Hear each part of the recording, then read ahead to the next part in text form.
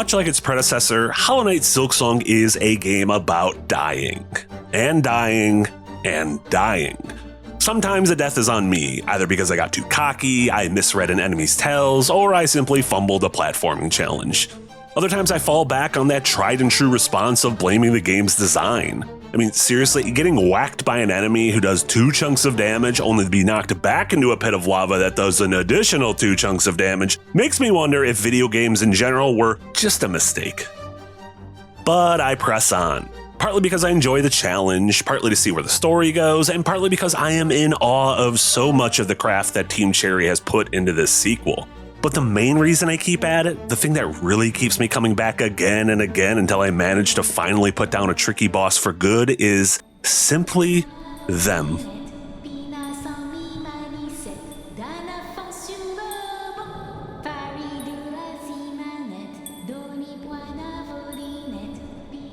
Shortly after the Team Eco-coded opening, it becomes apparent that in Silksong, Hornet is part of a community. Several, in fact. And she actually has people worth fighting for, who depend on her to help bring light and hope back to an otherwise oppressively dark world. Sure, this existed in the original Hollow Knight, but the Knight's role as an empty vessel always meant that there was a metaphorical distance between him and the various critters you met throughout Deep Nest.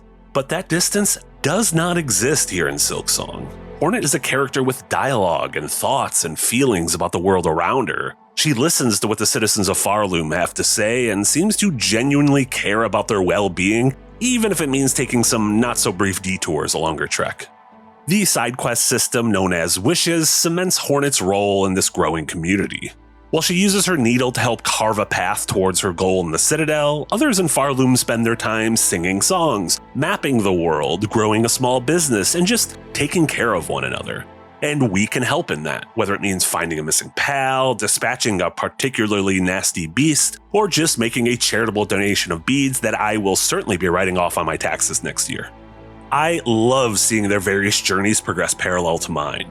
Helping the flea caravan grow in numbers and watching them slowly find new peaceful nooks to rest their wagons in is as much a sign of progress to me as gaining a new ability or expanding the length of my silk.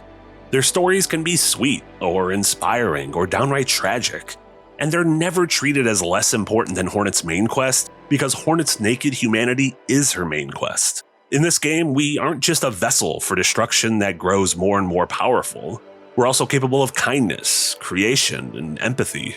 And without getting into specifics, a sudden act of violence erupted in one of my communities during Act 2, and the ensuing death and carnage left me legitimately shaken in a way that even the most grueling platforming challenge couldn't match. The fact that I care about the safety and welfare of these squishy little bugs is a testament to the work that Team Cherry has accomplished here. And it's not just a one-way street either. Sure, helping them out rewards me with money, crafting supplies, and the ability to spend said money and crafting supplies on all sorts of neat gizmos. But by this point, they've become my friends, and I get excited to see them again as I progress further and further into the more dangerous regions of Pharloom. There are few sounds as sweet in Silksong as suddenly hearing the dulcet tones of Shakra's melody.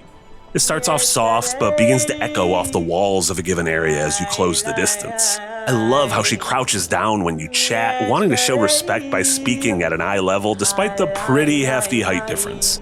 Honestly, I'm not quite ready to say that friendship ended with Cornifer, but now Shakra is my best friend. And Shakra is just one of the dozens of new pals spread across this world. Some are expectedly huddled around the familiar fires of Bone Bottom or the Songclave. Others pop up in less expected places. I can't tell you how surprised I was to trudge through a blinding sandstorm, only to stumble upon a cave housing this chill dude who just wanted to play some dice. This dude absolutely felt the high of nailing a 6-leg parlay, and I have nothing but respect for him. You want to win by 1 point or fucking 30 points, right? I see you out there when the stadium's all booing you. This is just one of the many, many memorable collisions with our new pals. Like how taming an early boss leads to them becoming the cutest form of public transportation this side of my neighbor Totoro's cat bus.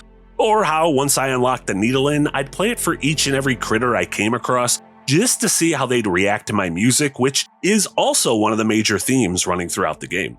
Pressing on, the frigid confines of the slab, the lost woodsian labyrinth of the mist, and the PTSD of bile water all becomes somewhat manageable because you know that you're not just doing it for you, you're doing it for them as well.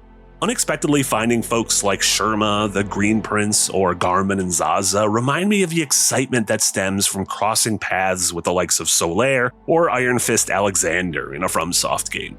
I mean, seriously, you cannot tell me that Grindel isn't just Patches reincarnated. I don't know if bugs can be bald, but if they can, this dude is 100% smooth top. And if that's not enough, what speaks to the bond that we share with our fellow bugs more than the ability to lay down roots and buy a nice little house in Bellheart?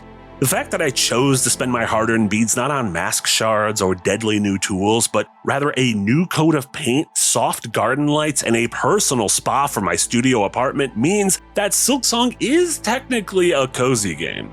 Hell, I already decided who I'm going to be pursuing in the inevitable romance DLC down the road. Spoilers, it's her.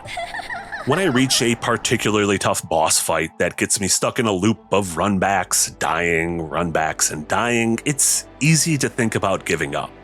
Maybe I should move on to another area of the game and see what's going on over there. Maybe I should step away from the Switch, get some fresh air, and touch actual earthly grass. But I don't. Because I know that somewhere out there, Sherma is singing their song, Shakra is charting what's around the corner, and there's a dude in a cave happily rolling dice at the end of the world. And if they can press on in the face of all this adversity, then surely I can too. Ah, shit.